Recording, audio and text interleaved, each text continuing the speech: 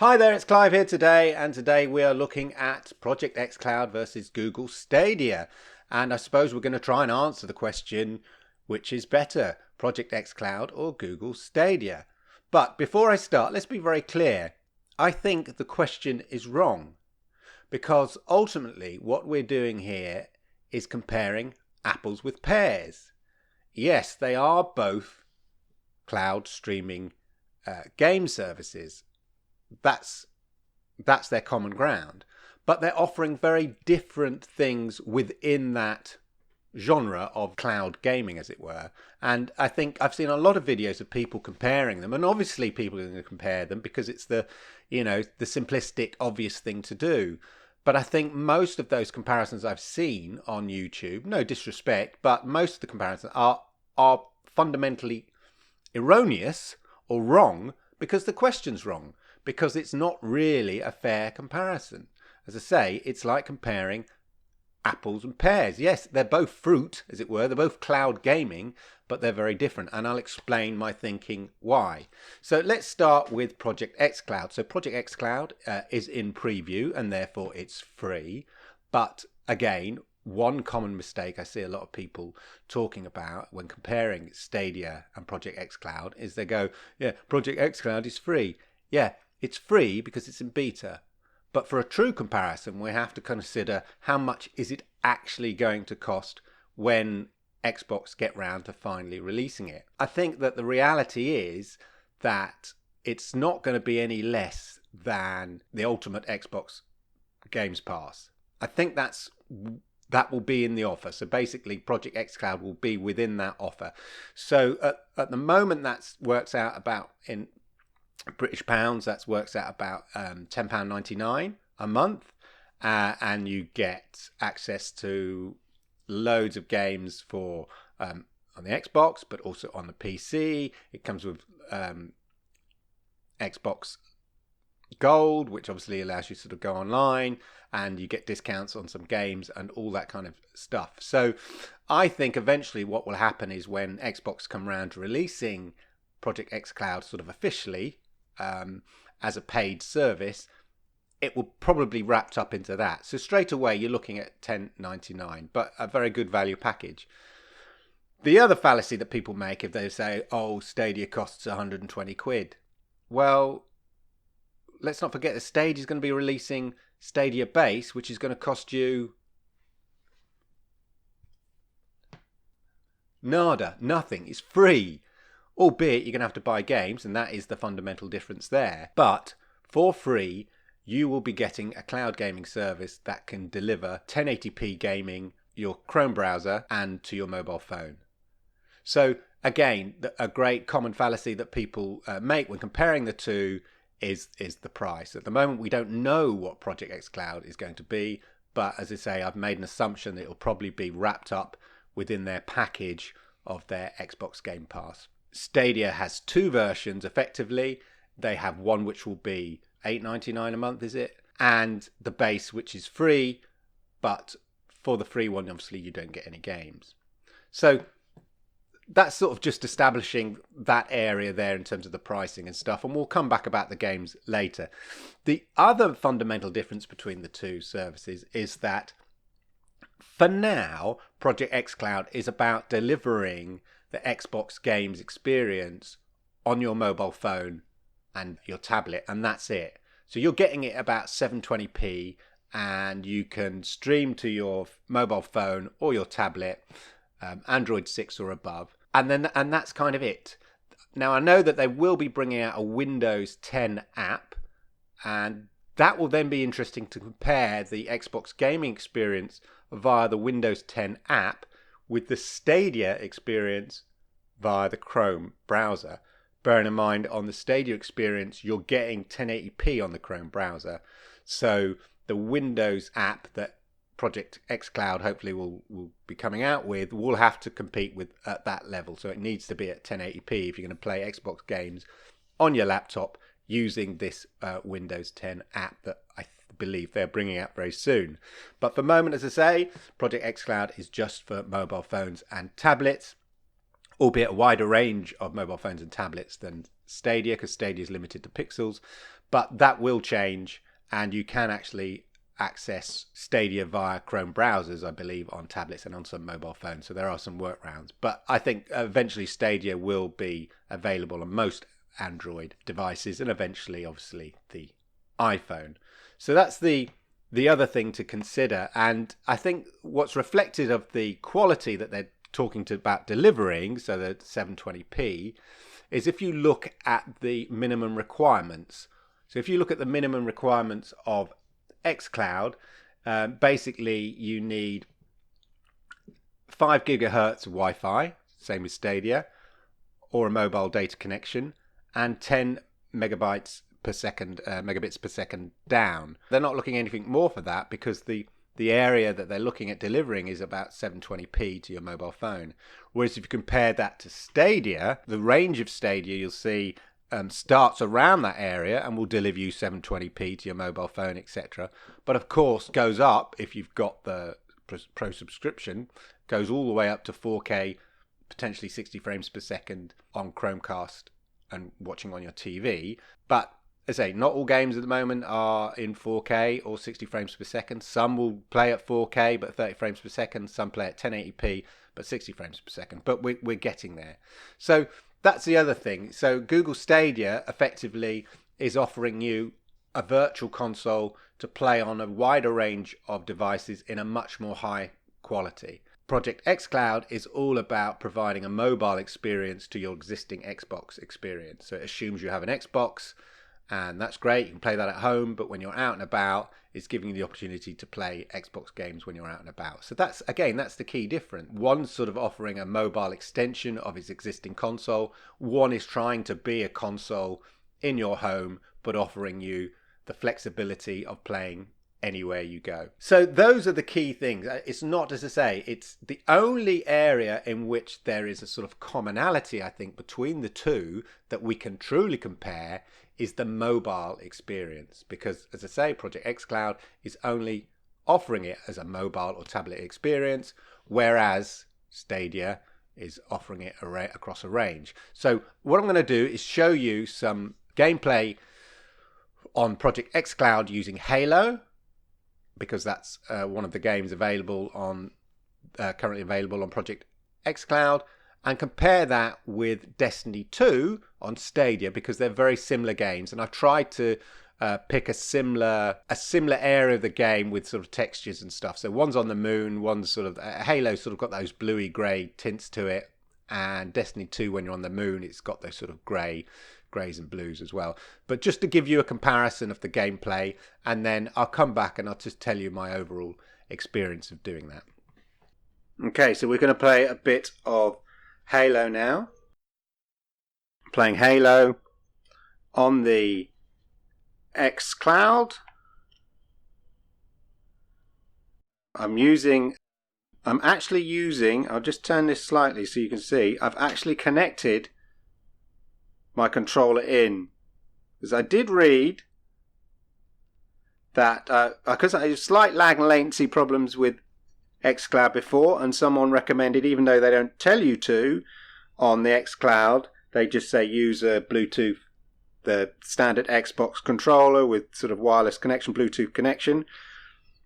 I had a bit of lag and latency, and someone said try connecting it. So because I'm doing a Stadia comparison and I have to connect my Stadia controller by a wire, I'm using the same Stadia controller and the wire to connect with xCloud. So it's a more closer comparison. Now, my apologies now, because I tend not to be able to see very well, but I just wanted to sort of give you an example of two very similar games. I mean, the gameplay is very similar. So this is sort of the best example we can do, because we're comparing xCloud with Stadia. I'm not comparing the Xbox console streaming, in which I could do a like-by-like comparison, because obviously that's streaming from my network. What I want to do is a comparison of streaming from Microsoft servers with streaming with the Google Stadia servers. Right, here we go. So again, I mean, the quality looks all right. It's not quite on a par with, I'd say, with Destiny 2. But that's, you know, that could be the game. It's marginal, really. Pick me up, mate. Pick me up. I was just looking at the scenery. There. That straight away, though, I do notice my shooting's a bit off because there is a slight bit of latency. Now, I only notice it because I've just been playing on the Stadia where there wasn't any, or there certainly wasn't any perceivable latency. And I'm not just saying that. If you just come into this cold and you're playing this straight away, it's playable. That's the thing. It is playable. Don't get me wrong. It's not unplayable. But compared to Stadia, you do notice... Oops. See, my aiming is terrible. You do notice a slight lag, and it's just you just have to get used to it a bit.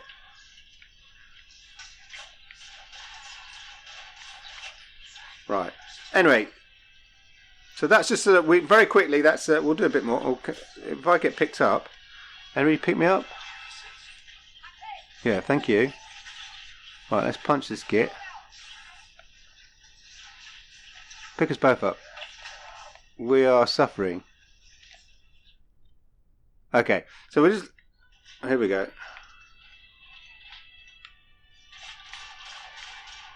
Yeah.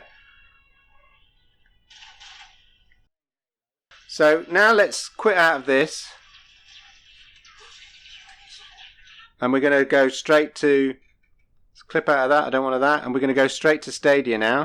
Try and keep the phone there. So we go Gaming, Stadia. And we're going to play a bit of Destiny. And again, so I'm plugged in. I'm using my Stadia controller. I'm plugged in the same way. We're on the same Wi-Fi.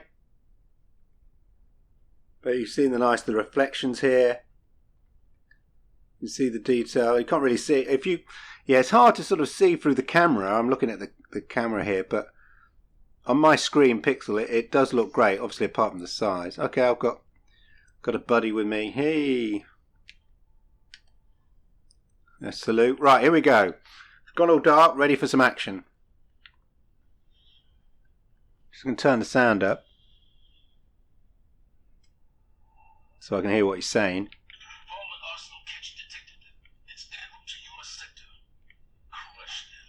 Crush them, okay. Oh, I just got blown out. What? Did the thing land on me? I just got blown. The thing landed on me. Right. It's a bit bang out of order, isn't it?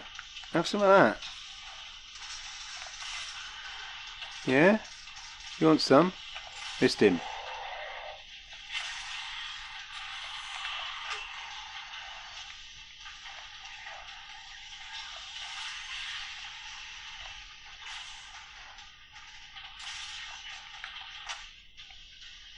Oh, right, out bullets.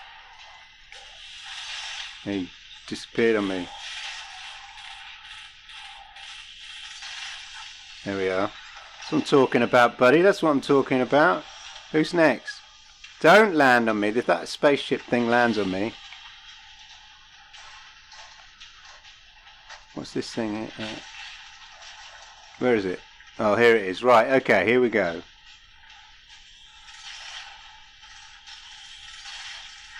These yellow bits. I'm going to run out of bullets. Right, he's down. Oh, didn't see that. Bloody small screen. Let's get some... We've got it.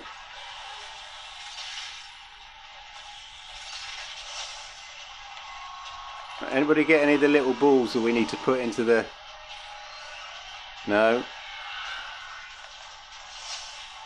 Oh, yeah. We've got a scorch cannon. That's what we need. Let's get a scorch cannon.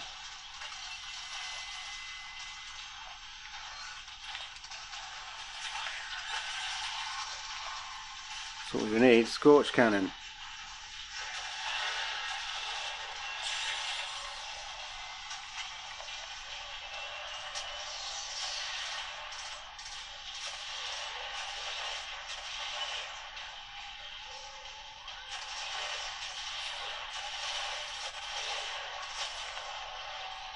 Oh, he's still going. Let's get the other Scorch Cannon.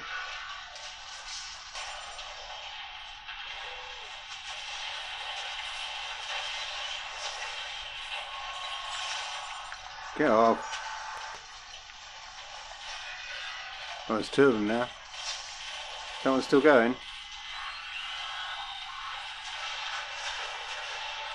He's down, right. Is he? Yeah, he's down. Get this Scorch. We're good with it. Right, now let's get this other one.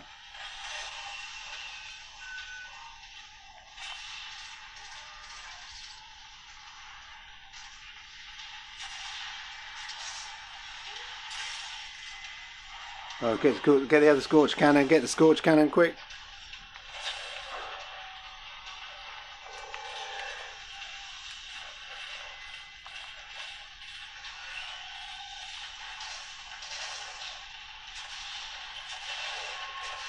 That's it. Right, come on.